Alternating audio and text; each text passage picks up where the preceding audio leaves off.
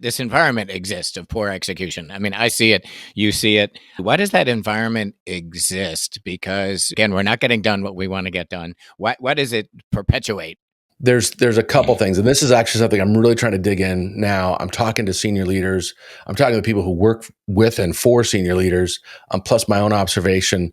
And I think on one hand, probably the biggest culprit, leaders were never taught how to create an environment of decision making.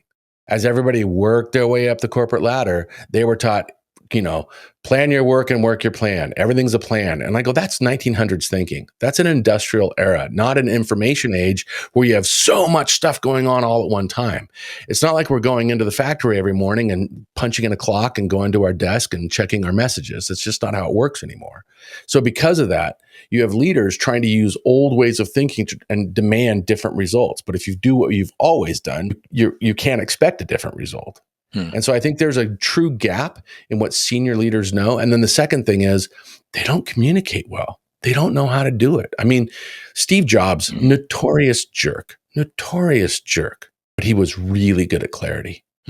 He was really good at clarity. He got down to the specifics of what the box sounded like when it opened. Yes. He was really good at clarity. And then he was able to surround himself with leaders who could handle the human stuff. So he wasn't as reliant on his personal interactions because he wanted to be able to turn his back and go think about the next thing that Apple was creating. So that example, we have leaders who don't know how to be really good at clarity, but they think they're great at accountability, or they think they're culture champions. And they put all this time and energy into, hey, we want this great culture, and they'll talk about culture and they'll get in front of the employees and talk about our culture's magical and da-da-da-da-da.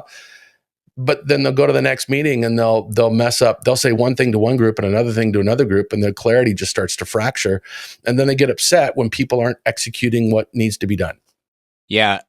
Dan, who's the producer for the show, has heard me talk a lot about Bill Marriott. I was lucky enough to work for him and work for that organization. And that's what I think about. There was such crystal clear clarity from him that allowed us to make decisions.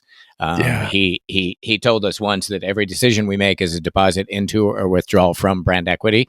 So when we would be sitting around a table, when Mr. Marriott wasn't in the room, we're trying to make the decision between brand and short-term cash flow. It was crystal clear.